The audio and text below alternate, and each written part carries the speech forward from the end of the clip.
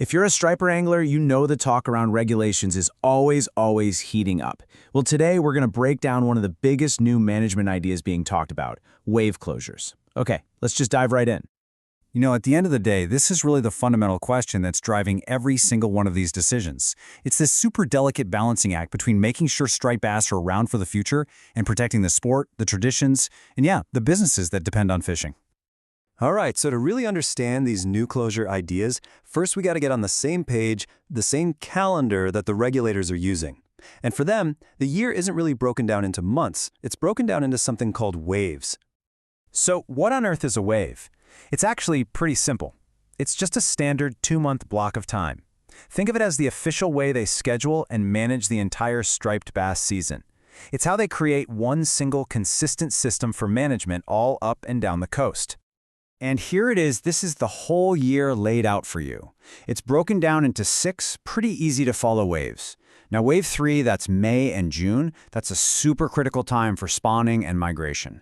And then you've got wave 6, November and December, which is another huge time for fishing in a lot of areas. So keep those 2 in your head, wave 3 and wave 6, because they are right at the center of this whole debate. Okay, now that we've got the calendar down, let's look at the actual choices on the table.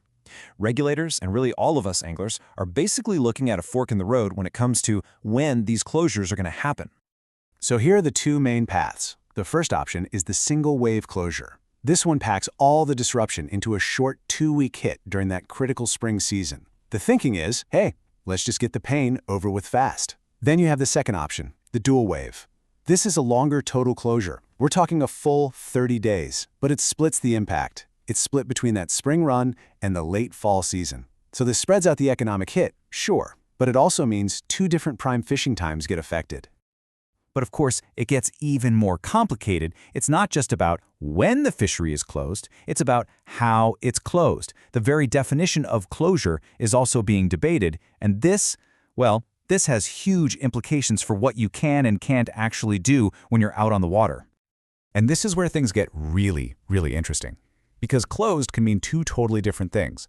A no-harvest closure means you can still do catch and release, and that's a huge deal for charter businesses, and just for the pure sport of it all. But then there's the stricter no-targeting option. This means no fishing for bass at all. And that brings up a really tough question. How in the world do you enforce what someone is trying to catch? Okay, and here is the one point that everyone absolutely needs to remember. These new proposed closures, they are not replacing your state's current rules. Nope, they are additional closures, layered right on top of whatever regulations are already in place where you live. So, after all that back and forth, single wave, dual wave, no harvest, no targeting, it all boils down to this one number, 14. No matter what combination of rules is picked in the end, the starting point is a minimum of 2 additional weeks of a closed season. That's the baseline number they think is needed for conservation, and that's the number every single angler is going to field. Now, you can't just apply these broad rules across all the states and expect it to work perfectly. It's just not that simple. Let's look at a very specific example to see how this gets tricky, the case of New York. It really highlights the need to be fair with these regulations. See, the situation in New York is pretty unique. The state already has its own closures during that Wave 6 period. So you can imagine, if a big federal dual wave closure happens, New York anglers would get hit twice in that same period. So to make that fair, there are draft provisions on the table that might allow New York a reduced closure, just to make sure the burden is shared a little more evenly among all the states. That whole New York example really paints the bigger picture perfectly. Every single decision in fisheries management is a balancing act. It's just a long series of trade-offs between what's good for the fish and the impact on the fishing community. And this table just sums it all up beautifully, doesn't it? Look, a no-targeting rule has a high impact on conservation, which is great, but it's really disruptive and, pretty tough to enforce. A no-harvest rule, less disruptive, but it only offers moderate conservation benefits. It's the same thing with the timing. A multi-wave closure might be better for the fish stock, but it spreads out that economic pain across more of the year. There's just no single perfect answer here.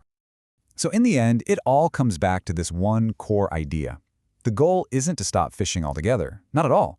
It's to make sure that we can keep fishing, sustainably for generations to come. It's all about finding that sweet spot between protecting the resource and preserving the sport. So, that really leaves us with the ultimate question, doesn't it? When you're faced with these trade-offs, more protection for the fish versus less disruption for anglers and for businesses, where do you think the line should be drawn?